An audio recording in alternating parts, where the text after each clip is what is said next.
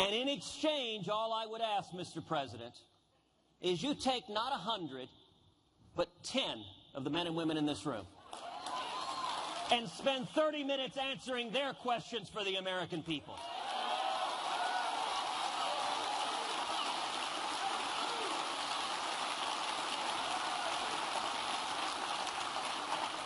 You know, when the fight for Obamacare started, Senator Mike Lee and I began by pitching it in Washington. And it was abundantly clear that this was not a strategy that Washington was going to embrace. It was far too risky, and if there's one overarching urge in Washington, it is risk aversion. Do nothing, nothing, nothing that has any risk that it might actually do anything. And so this summer, Mike Lee and I took a very different strategy. We said, okay, we're going to go. Ma'am, I look forward to you at the town hall we'll pull together.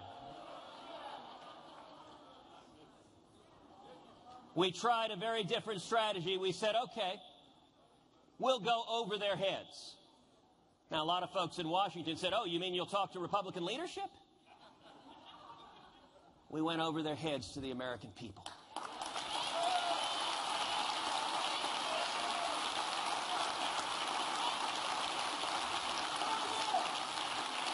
For much of the month of August and September, Mike and I traveled this country speaking to town halls all over the country and saying, how scared is the president? What a statement of fear. What a statement of fear.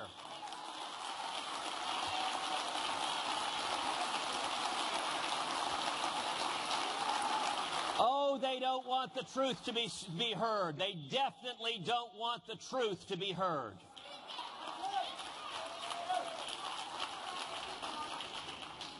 As we traveled the country speaking to the American people, making the case, what we said from the beginning, I said, you know what?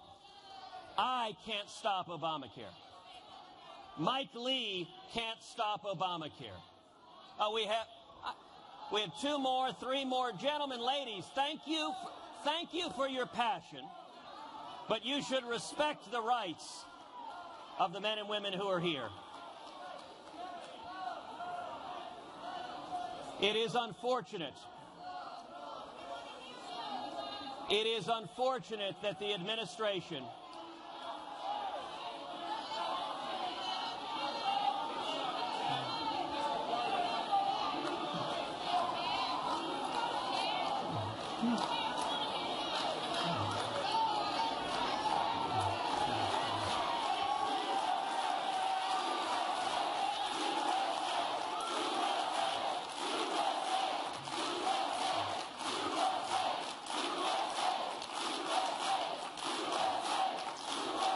You know, the nice thing is the left will always, always, always tell you who they fear. And they fear you. They fear the American people. The fundamental problem in Washington is not listening to America. And what happened? This fight on Obamacare. We went and made the case to the American people, launched a national website, don'tfundit.com.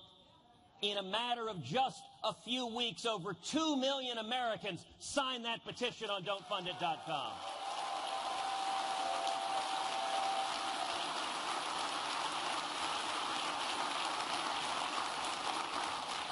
It is because of you that the House of Representatives has been standing strong, because the House has been listening to the people.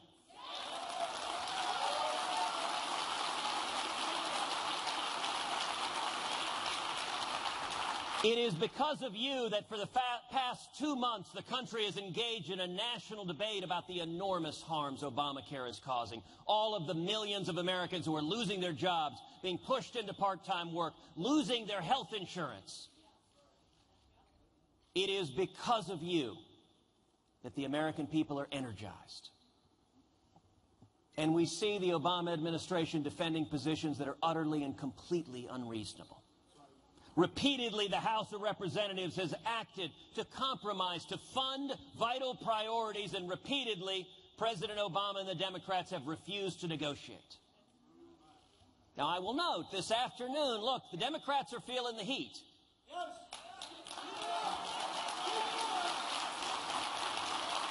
So this afternoon, President Obama has invited the Senate Republicans to the White House. So after leaving here, I'm going to be going to the White House.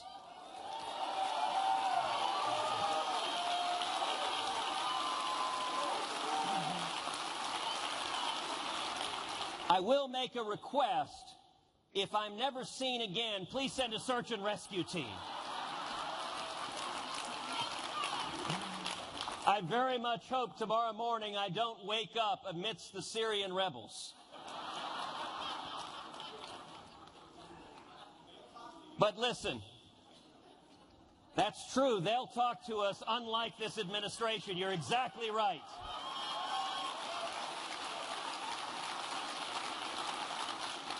Listen, none of us know what's going to happen on this Obamacare fight right now. In my view, the House of Representatives needs to keep doing what it's been doing, which is standing strong.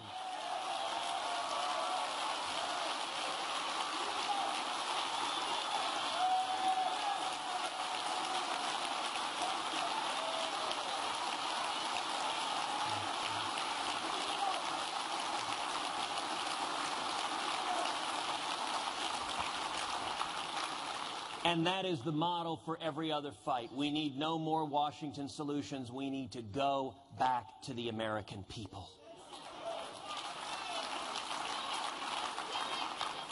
The media tells us we cannot win. In fact, I think I read in the New York Times today that Hillary has already started her second term.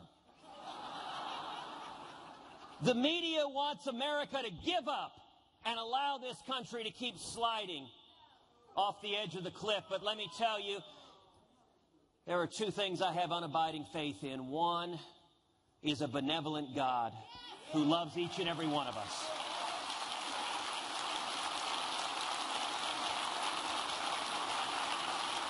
And number two is the American people who love liberty and opportunity unlike any nation, any people in the history of this world.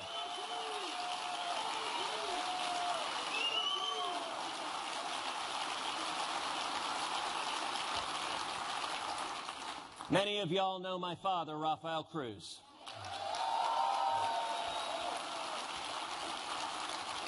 I am hoping in time I can encourage him not to be such a wallflower. When he fled Cuba 55 years ago, after being imprisoned, after being beaten, when he came here seeking freedom, he did it because no nation on earth has allowed so many millions of people to come with nothing and achieve anything and achieve the American dream.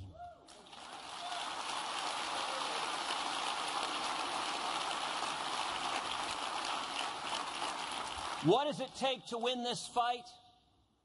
It takes the men and women in this room. Each of you is called to be here. Much like Esther, you were called for a time such as this.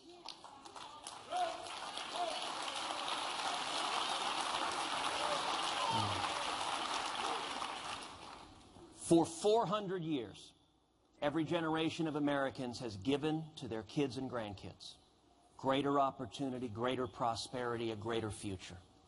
If we keep going down this road, we will become the first generation not to do that.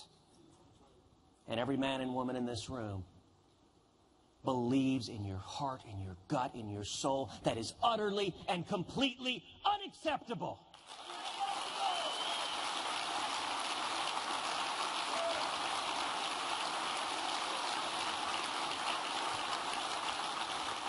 As Ronald Reagan famously observed, freedom is not passed down in the bloodstream from one generation to the next.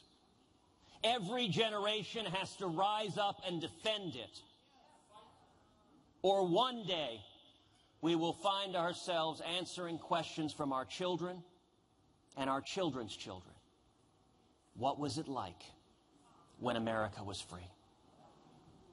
None of us will ever have to answer that question because together the American people, we are going to restore that shining city on a hill that is the United States of America. Thank you, and God bless you.